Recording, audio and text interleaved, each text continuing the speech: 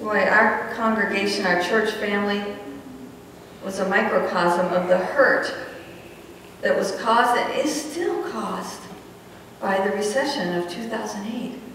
Bankruptcies, debt, retirement, pension plans depleted, foreclosures, unemployment, underemployment, all of that. And I want to call something out because debate is already so heated in our public life, and I just know we're going to hear this in some form by one or maybe all of the candidates on all sides.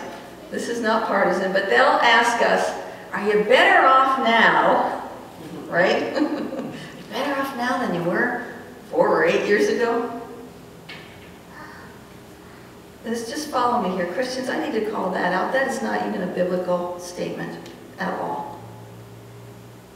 That is not a way that we as growing Christians in our giving should even be thinking, because what does it do? It's just all about me, isn't it? No. So make that distinction, because it's passed off almost as a theology, almost as a truth, as a way to guide, how we're thinking about our common life together. And the place we go for that is Jesus. That's the place we all go.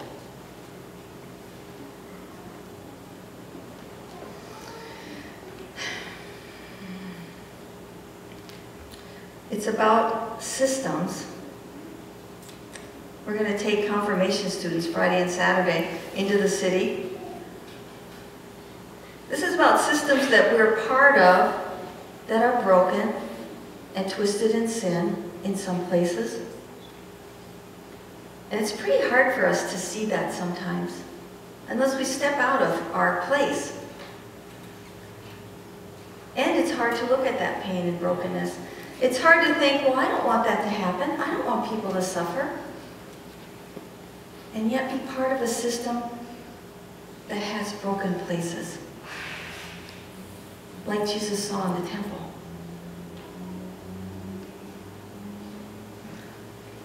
We have 2 widows from the Old Testament and the New Testament, and we have people today. They were about to perish, weren't they? And those systems were not caring for them. They were about to perish. And Jesus says, on this you will be judged. The care of the widow and the orphan and the poor.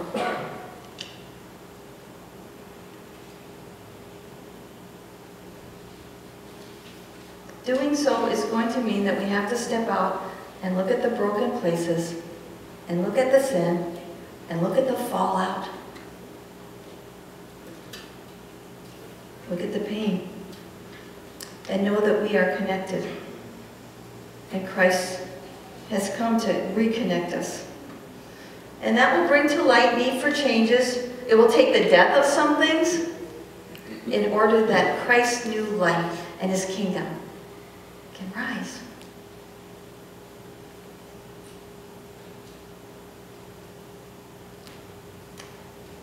The Greek words, holanton bios autes, she gave her whole livelihood.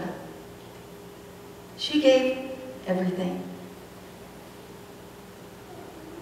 She was in the same boat as the widow that Elijah met.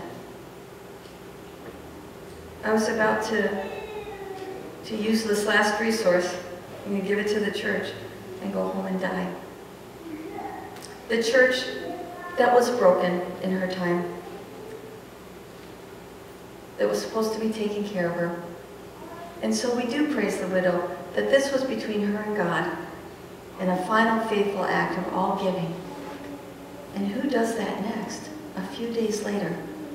But Christ, for the same broken world, he gave everything.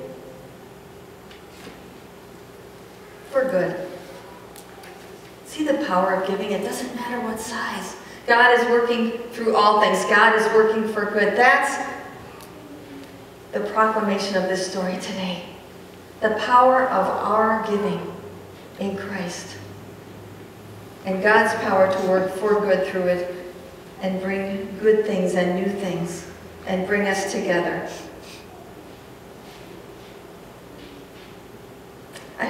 result of this gospel story today is for us during the week to remember and think of our giving God, our generous God, our open-handed God, and that we are created to be giving people to one another, for one another, in the Spirit of Christ, in the sacrifice of Christ, that His new kingdom and new life, like our praise singers sang, sea to shining sea, has that kind of inclusiveness, bringing healing and wholeness to all. Amen.